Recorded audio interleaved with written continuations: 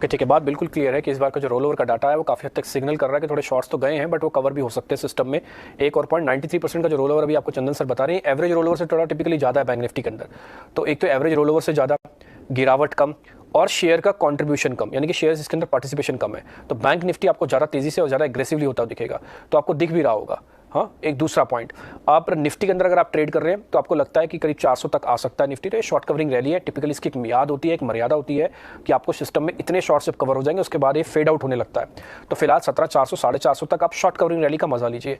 उसके बाद 400 पे फिर सोचेंगे, देखेंगे डाटा क्या बन रहा है। फिलहाल आपको एक ट्रेलिंग स्टॉप लॉस भी लगाना है जो कि 17,100 का।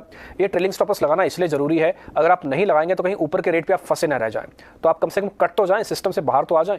अगर आपने इतनी तपस्या की है, 16,800 को बचा के रखा अपना, तो फिर ट्रेलिंग स्टॉप लॉस लगाना बहुत जरूरी होता है। अगर ये रॉकेट की तरह गया तो शॉर्ट कवरिंग आएगी, अगर ये कहीं धमाका होगा तो गड्ढा भी कर सकता है। तो मार्केट में थोड़ा संभल कर ट्रेड करने की जरूरत है। इस समय एक अच्छी चीज़ है कि प्रीमियम्स के साथ हमने अच्छी एंट्री की थी।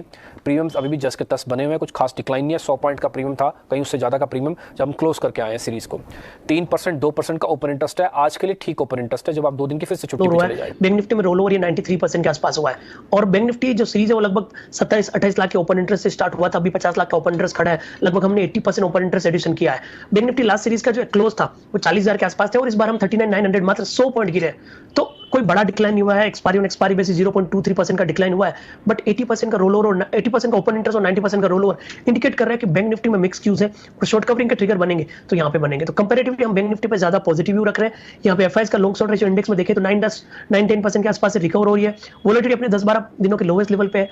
तो ऐसा लग रहा है कहने की दोनों इंडाइसेस यहाँ पे अपटिक दिखाने चाहिए, बट अपसाइड रेस्ट्रिक्टेड है तो धीरे धीरे मूवमेंट आएंगे। तो बैंक निफ्टी इसके लिए हम पॉजिटिव बायस के साथ कामकाज करने की सलाह देंगे। कोई भी 100-150 पॉइंट का डीप आए तो 40-100 के सपोर्ट से खरीदे, ऊपर में 40-750 की टारगेट 28-16-850 के आसपास के जोन का लेवल है वो उसको कंटिन्यू रख सकते हैं with trailing stop loss of 17,000 17,100।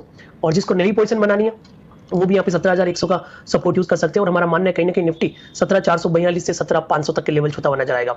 यहाँ पे आपने डेटा की बात की तो कुछ डेटा फैक्ट में यहाँ पे आपको प्रेजेंट करना चाहता हूँ कि देखिए ये सीरीज कंटिन्यूसली चौथी सीरीज है जहाँ पे सीरीज ऑन सीरीज बेसिस पे डिक्लाइन हो रहा है। बट अच्छी बात यहाँ पे यह है कि रोल कॉस्ट अच्छा है 0.8% के आसपास, और रोल ओवर है वो 20% ओपन इंटरेस्ट एडिशन होके 73% के आसपास हुआ है।